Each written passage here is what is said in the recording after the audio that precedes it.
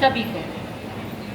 और सर्वप्रथम मैं कुसुम ताई एलाम जी को प्रणाम करना चाहूँगी कि एक बहुत बड़ा सम्मेलन आयोजन करना कोई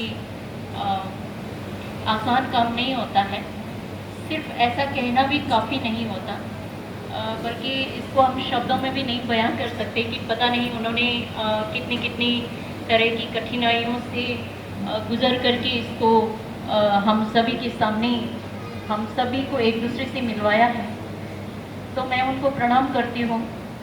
और ऐसा सम्मेलन आयोजन करना, वो भी साहित्य का, साहित्य यानी ज्ञान का सम्मेलन करवाना, ये बहुत बड़ा काम है, जहाँ पर बहुत सारे लोग आकर के सुनना भी पसंद नहीं करते। तो फिर भी हम देख रहे हैं बहुत सारे लोग हैं, और मुझे ये देख कर के बहुत खुशी हुई कि यहाँ पर बहुत सारे पुरुष भी बैठे हैं।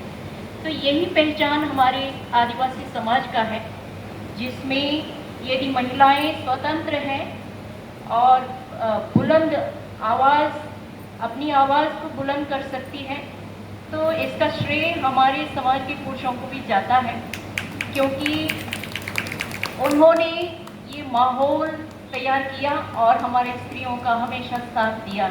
और इस पहचान को हमेशा बनाए रखें, क्योंकि आदिवासी की पहचान क्या क्या है, ऐसा जब पूछते हैं तो स्वतंत्रता प्रथम अनिवार्य पहचान है, और ये बनी रहे।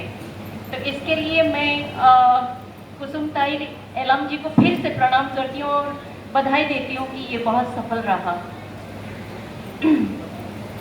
अब मैं आती हूँ आज के सत्र में। जिन वक्ताओं ने अपनी बातें आपके सामने रखी, उसकी समीक्षा करने की क्षमता तो मेरे में नहीं है, लेकिन फिर भी मैं थोड़ा सा ये कर लूँ। सर, पहले तो मैं आज के जो इस सत्र के जो एंकर को क्या कहते हैं हिंदी में, संचालक जी से यही कहूँगी कि अगली बार जब संचालन करें तो बहुत ध्यान रखें कि जो आदमी का जो नाम होता है उसको एक बार ध्यान से देखें और उसको उसी तरह से पुकारा जाए। ऐसा गलत बोला है तो बुरा लगा, ऐसा नहीं है, लेकिन ये एक अनुशासन की तहत आता है जब आप बहुत दूर से किसी को बुलाते हैं। मेरा नाम एलम नहीं है, यालाम है, यालाम। और हम लोग अरुणाचल प्रदेश से आए हैं, असम से नहीं। तो ये एक तो है कि अगली बार आप फिर से ऐसी गलती ना करें, क्योंकि ये अच्छी बात नहीं है। अब मैं आती हूँ डॉक्टर हीरा मीना जी। आपका नाम जुबान पर आते ही चेहरे पर एक मुस्कान खिल जाती है, और ये शख्सियत, ऐसा व्यक्तित्व बहुत मुश्किल से मिलता है, हज़ारों में एक होती है। और ये भी हमारे आदिवासी समाज को इन पर गर्व होना चाहिए, इनके लिए एक जोरदार तालियां बजा सकते हैं। इन्होंने हमारे समाज के लिए बहुत ज़्यादा संघर्ष किया। एक महिला होने के नाते, महिला कमज़ोर है ऐसा नहीं है, लेकिन जब हम सामाजिक कार्यक्रमों में या सामाजिक कार्य में जब उतरते हैं तो बहुत तरह की मुसीबतों का सामना करना पड़ता है। वो पुरुषों को भी करना पड़ता है, लेकिन स्त्रियों के साथ और अन्य तरह की समस्याएं भी आकर के जुड़ती हैं। इसके बावजूद इस संघर्ष में हमेशा डटकर जब जो महिलाएं खड़ी हैं, वो सचमुच में प्रणाम के लायक है। मैं आपको यहाँ से प्रणाम करती हूँ। आदिवासी पहचान के लिए आपने जो किया वो मुझे पता है, क्योंकि हम लोग जुड़े हुए हैं। जैसे आपने कहा अपने वक्तव्य में, सेंसस की बात की। सेंसस की जो महत्व है, इम्पोर्टेंस है, हमारी आदिवासी समाज उस तरह से नहीं समझ रहा है जिस तरह से समझना चाहिए। वो ये कि हम अपनी आइडेंटिटी की बात करते हैं, हम अपनी पहचान की बात करते हैं, तो हमें याद रखना है कि किसी की भी पहचान उसके नाम से शुरू होती है। तो हमारा नाम ही सेंसस में नहीं है, सरकारी कागजात में जब अपना नाम ही नहीं है, तो आप जितना भी आदिवासी आदिवासी चिल्लाइए, बहुत कमज़ोर पड़ते हैं। इसीलिए हम लोग मिलकर के इस बात को पुरजोर तरीके से उठाते हैं कि सेंसस कागज़ में, कानूनी कागजात में हमारे नाम को डाल दिया जाए। तो ये बहुत बड़ी जो मांग है, और इसे समझने के लिए अलग से ही एक सेमिनार करना पड़ेगा। लेकिन आपने जो कहा है, बस वो मैं थोड़ा सा ये बता दिया। ये आपने बहुत महत्वपूर्ण बात बताई है, और मैं तो आपसे यही कहूँगी कि आप बहुत ज़्यादा एनर्जेटिक है और आपको कम्युनिकेट करना भी आता है। तो हमारे भारत के जितने भी हमारे अपने समाज के, समुदाय के लोग हैं, वहाँ घूम करके आप ये ज़रूर काम करें। और यहाँ मौजूद जितने भी आदिवासी हैं, यदि आपको अपनी पहचान की चिंता है, पहचान की लड़ाई हम क्यों लड़ते हैं? क्योंकि उसी से कानून हमारे लिए प्रोविज़न बनाते हैं, उसी से हम जिंदा रहते हैं, उसी से हमारी पहचान, हमारी इज्जत, सम्मान बनता है। इसीलिए इसकी फाइट में, इसकी लड़ाई में, इस संघर्ष में जो लोग भी हैं, उनकी मदद आप अलग अलग तरीक़ों से, जहाँ पर आप जैसा है, आप करने का प्रयास करें, इनका साथ ज़रूर दें। और मुझे ये बताया गया कि हम लोग वहाँ से जब आ रहे थे तो पता नहीं था, लेकिन आपने जब अभी बोला तो हमें ख्याल आया कि इस स्थान को, इस क्षेत्र को नक्सली क्षेत्र ऐसा कहा गया। और जब किसी क्षेत्र को, वो भी आदिवासी क्षेत्र को, जब नक्सली क्षेत्र घोषित कर दिया जाता है, तो उसके दर्द को हम और आप बिना कहे समझ सकते हैं। उनकी क्या मजबूरी रही, क्यों ऐसा हुआ। और इसीलिए यही वजह है कि जो राइटर्स होते हैं, जो लेखक होते हैं, इस दर्द को बहुत गहरे से महसूस करें। जो लोग इस दर्द को महसूस नहीं कर सकते हैं, वे लिख भी नहीं सकते, और जितना भी लिखेंगे वे रद्दी में जाएंगे। तो दर्द का जगना ज़रूरी है। तो ये हमारे लिए बहुत खुशी की बात है, हम दोनों के लिए, डॉक्टर इंग परमी जी, कि हम दोनों यहाँ आए और इस ज़मीन को महसूस किया। और बहुत कुछ लोगों ने नहीं बताया, लेकिन फिर भी हम फील कर पाए, हम महसूस कर पाए हैं। तो ये आपकी बातों से हमें जानकारी मिली। बहुत बहुत आपको धन्यवाद। आपने बहुत एक महत्वपूर्ण सवाल किया कि इस जो कार्यक्रम है, इस सम्मेलन को भी करवाने के लिए, फंडिंग के लिए आप लोग कहाँ कहाँ घूमे, बहुत तकलीफ़ें की, लेकिन आपको नहीं मिला।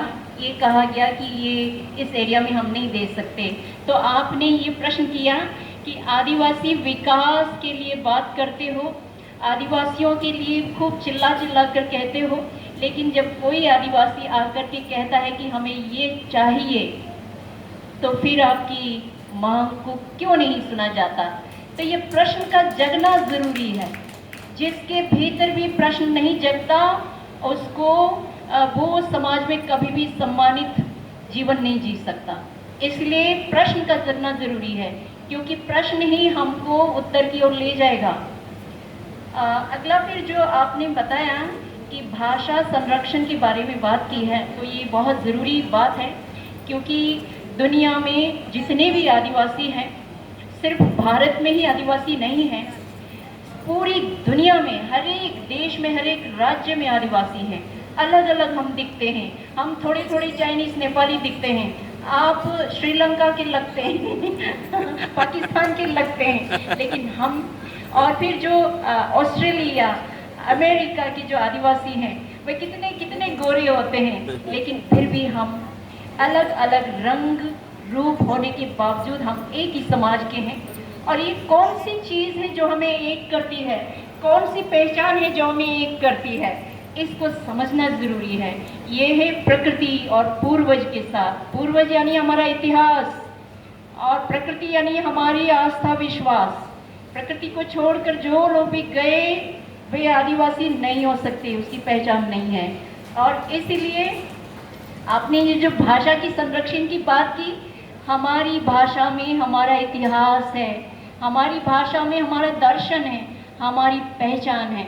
इसे छोड़ने की हिम्मत कभी भी हम लोगों को नहीं करना चाहिए। इसके लिए आपने थोड़ा सा धर्म शब्द का इस्तेमाल किया। तो सचमुच में हमारे समाज में स्त्रियां बहुत ज़्यादा बिना सोचे समझे हर चीज़ को, जो चीज़ें सुंदर लगती अच्छी लगती हम अपना लेते हैं। तो हम वो बुरा गलत है बोल के नहीं है, लेकिन आदिवासी समाज हम लोग अपनी पहचान के लिए बहुत बहुत बहुत सेंसिटिव लोग हैं, इसीलिए हमको थोड़ा अवेयर होना ज़रूरी है। तो इसलिए जब आप धर्म परिवर्तन करते हैं, क्या क्या करते हैं, थोड़ा सावधान हो जाइए, जिसमें आपको अपनी भाषा छोड़नी पड़ती है, आपको अपना नाम बदलना पड़ता है। नाम बदलने का मतलब ही सीधा मतलब है कि अपनी भाषा को छोड़ना। आपकी अपनी भाषा में कोई शब्द, कोई नाम नहीं है जो आप दूसरी भाषा को लेकर के रखते हैं, क्योंकि पहचान, हमने कहा किसी की भी पहचान नाम से शुरू होती है। तो इसीलिए आपने याद दिलाया, और हम सभी को बहुत सावधानी बरतनी पड़ेगी, अपनी भाषा को हमें नहीं छोड़ना चाहिए। इसके बाद आदिवासी जीवन शैली को के पर भी आपने थोड़ा जो बोला, वो ये सचमुच में कि आदिवासी जीवन शैली क्या क्या है। मैंने दो शब्द कहे, पूर्वज और प्रकृति। प्रकृति को हम मानकर चलते हैं, उसके नियमों को जान करके चलते हैं।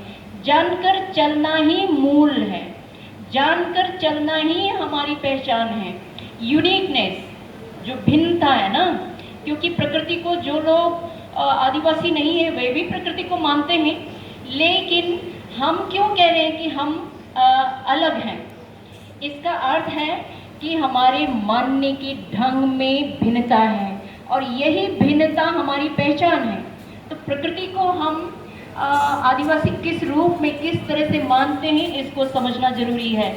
इसको अगर नहीं समझेंगे तो आपकी राइटिंग में, आपकी लेखन में यदि वो गहराई नहीं उतरती है तो फिर बहुत बहुत मुसीबत में हम हैं।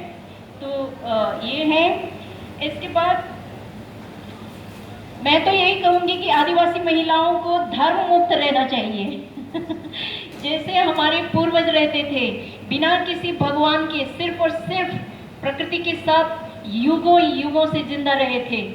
और हम अभी इतने डरे हुए क्यों हो गए हैं? हर आदमी आकर हमें क्यों डरा रहा है, और हम इतने भयभीत, डरपोक क्यों हो गए कि हमें बहुत सारे भगवानों की ज़रूरत पड़ रही है, और इन्हीं भगवानों की वजह से हमारी पहचान खतरे में है। तो मैं यही कहूँगी, ईश्वर मुक्त रहें, प्रकृति के साथ चलें। तो आपको बहुत बहुत बधाई। बहुत सारे संदेश थे, समय होते तो हम और भी करते, चाहे रहने देते हैं। इसके बाद डॉक्टर ईन परमे, आपने जो अपनी बात रखी, आदि स्त्रियों की भूमिका। आदि स्त्रियों की भूमिका, अरुणाचल प्रदेश में बहुत सारे आदिवासी समुदाय रहते हैं। मैं तो ये कह रही थी कि आप जनजाति शब्द का ही इस्तेमाल न करें, जितना हो सके हमको आदिवासी समुदाय शब्द का इस्तेमाल करना चाहिए, क्योंकि भाषा के द्वारा बहुत गहरी राजनीति होती है। हमें पता भी नहीं चलता है कि हमारे घरों तक, हमारे खिड़कियों से, दरवाजों से, घर के छोटे छोटे छेदों से किस तरह से बाहरी हवा आकर के हमारी पहचान छीन रही है।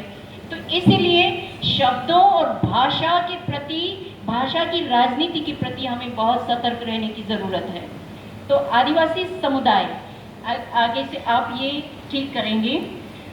फिर आपने जो जो स्त्रियों के बारे में बताया, ये सचमुच बहुत महत्वपूर्ण बात है।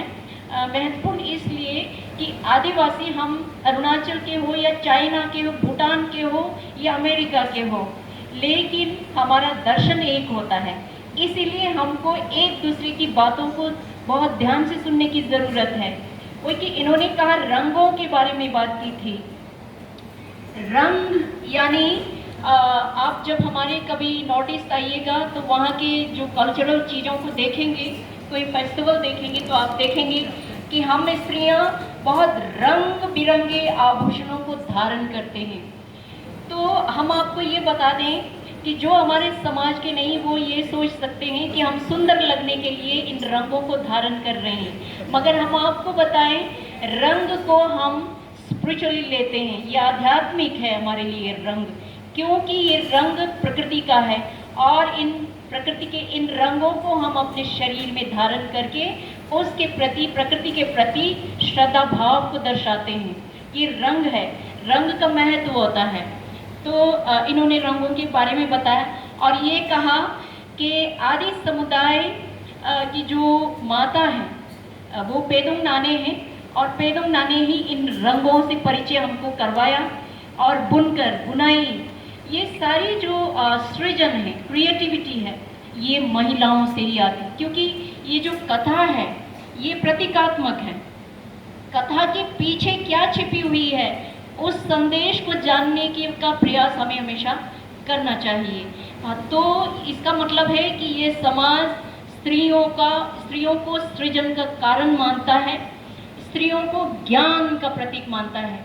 जबकि हम लोग सुनते रहते हैं कि स्त्रियों को बेवकूफ़ होती हैं, मूर्ख होती हैं, स्त्रियों को नीचे रखने के लिए उसके विरुद्ध बहुत सी मुहावरे, बहुत से पहेलियाँ, बहुत से हंसी मजाक वाले चुटकुले वगैरह बनाते हैं। लेकिन असल में हमारा समाज, अरुणाचल में जो तनी शब्द का इस्तेमाल किया इन्होंने, ये हमारे पूर्वज हैं।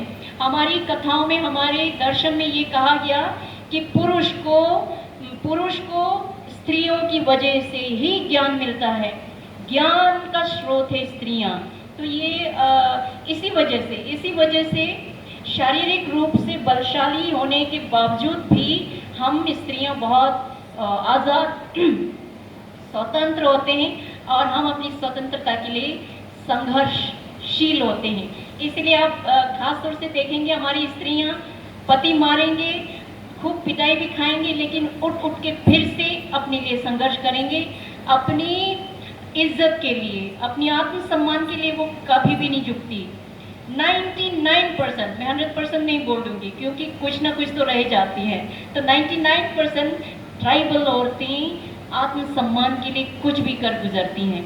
तो इसके पीछे हमारा यही दर्शन है जो हमें अलिखित कानून के रूप में ताकत देता है। इसीलिए मैं कहती हूँ भाइयों बहनों, देवियों और सज्जनों, कि अपने दर्शन को हमने कभी ख्याल नहीं किया कि ये कौन सी ऐसी चीज़ है जो लिखित में नहीं है, फिर भी पता ही नहीं चलता कि हमें डिसिप्लिन करता है, हमको अनुशासित करता है, हमको ताकत देता है। वो हमारा दर्शन है।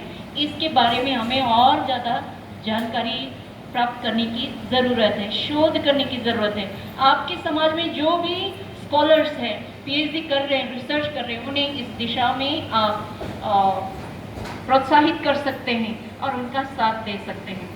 तो बहुत अच्छा रहा डॉक्टर यिंग पर में आपका जो वक्तव्य है, क्योंकि पहली बार तनी को सुन रहे हैं तो हो सकता है उस तरह से नहीं समझ में आया होगा, लेकिन उसका हमारा संदेश यही है। गीत नृत्य के बारे में भी जब आपने कहा कि जब गीत नृत्य के द्वारा हम अपने इतिहास को बचाते हैं, और गीत नृत्य किसमें, भाषा है, भाषा के द्वारा गीत है, पोइट्री है, नृत्य भी भाषा से आ रही है, तो हम उसे, स्त्रियां सबसे ज़्यादा वो सब करती हैं और उसको, इतिहास को का संरक्षण कर रही हैं। तो ये जानकारी आपने बहुत अच्छा दिया, आपको भी मैं बहुत बहुत बधाई देती हूँ।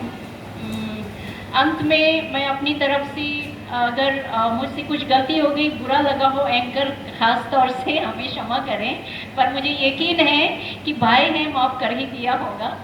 तो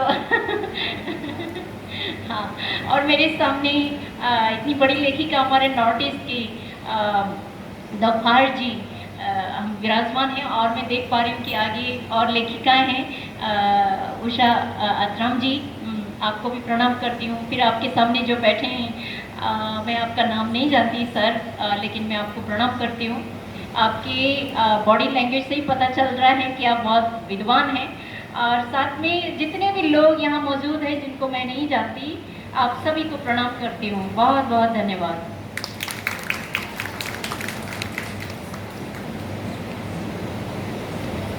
बहुत बहुत धन्यवाद। ठीक है, गलतियों से ही सीखते हैं।